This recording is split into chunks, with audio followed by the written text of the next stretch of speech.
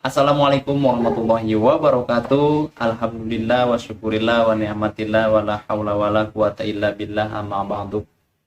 Jumpa lagi dengan saya Aam di channel Aam Amrullah. Semoga teman-teman sehat selalu, panjang umur, murah rezeki, dan dimudahkan urusannya.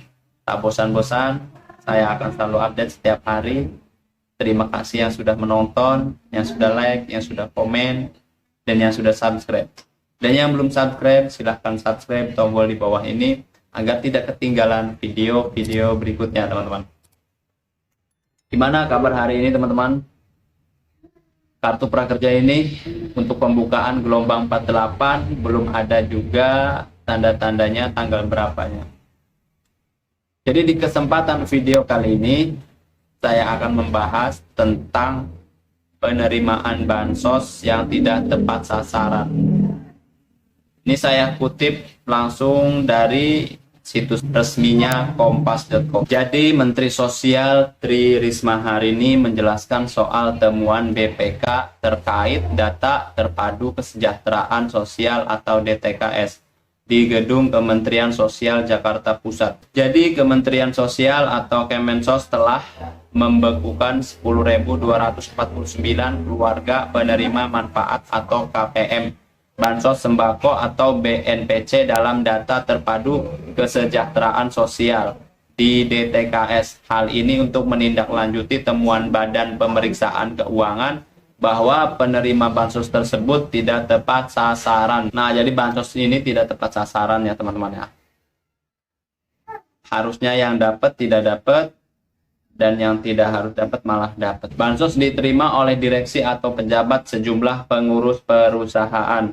Menteri Sosial Tri Risma hari ini menjelaskan bahwa temuan BPK berasal pada sistem administrasi Ditjen Administrasi Umum (AHU) Kementerian Hukum dan HAM Republik Indonesia tahun 2022. Ini ada temuan BPK tentang kurang lebih 10.249 KPM penerima sembako yang menurut BPK tidak tepat sasaran karena di sistem administrasinya itu Ditjen Administrasi Umum Kemenkumham tercatat penerima bansos adalah direksi atau pejabat di perusahaan kata Risma saat ditemui di Kementerian Sosial Jakarta Pusat.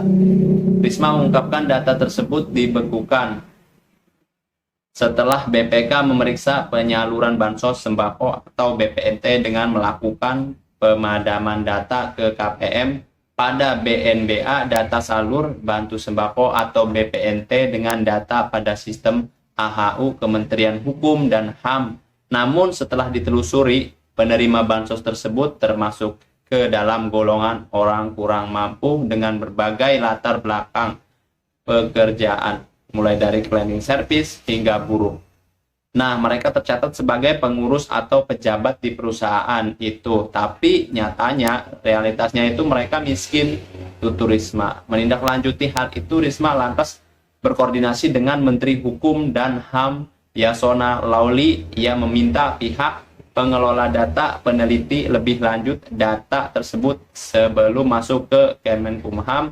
Jadi ada pihak terkait yang menangani masalah itu sebelum masuk ke Kemenkumham. Nah, itu harus diteliti dulu karena kalau di kami dia tetap orang miskin. Nah, kalau dilepas atau tidak diberikan bantuan tapi dia orang miskin, kata tuturnya. Lebih lanjut, Risma meminta semua pihak untuk membantu pembaruan dan perbaikan DTKS dengan memanfaatkan fitur usul sanggahan. Cara ini dinilai lebih efektif mengingat proses akurasi data membutuhkan biaya yang besar. Ia pun mengaku terbuka terhadap kritik dan saran serta evaluasi jika ada pihak-pihak yang protes belum dapat bansos namun masuk ke kategori miskin. Jika mereka nanti menyampaikan saya miskin, silahkan nanti komplain ke kita. Tuh, Risma ya. Kita akan evaluasi data dia. Oke, gitu. Jadi bansos ini tidak sesuai sasaran ya. Bagi teman-teman ataupun keluarganya yang ada di daerah teman-teman di situ, jadi bisa mengajukan usulan lagi teman-teman melalui aplikasi DTKS. Jadi kalau ada komplain ataupun masalah teman-teman bisa telepon ke call center ini ya nomornya. Jadi teman-teman silahkan hubungi saja bisa konsultasi di situ, ngobrol tentang masalah bantuan sosial yang seharusnya menerima tapi tidak menerima. Oke, cukup sekian dari saya teman-teman, segitu saja ya info hari ini dan beritanya, semoga bermanfaat. Jadi yang buat teman-teman terus cari tahu gimana proses bansos, bantuan sosial agar tidak salah paham. Karena ada dengar juga di tahun 2023 ini udah normal ya, corona udah gak ada lagi.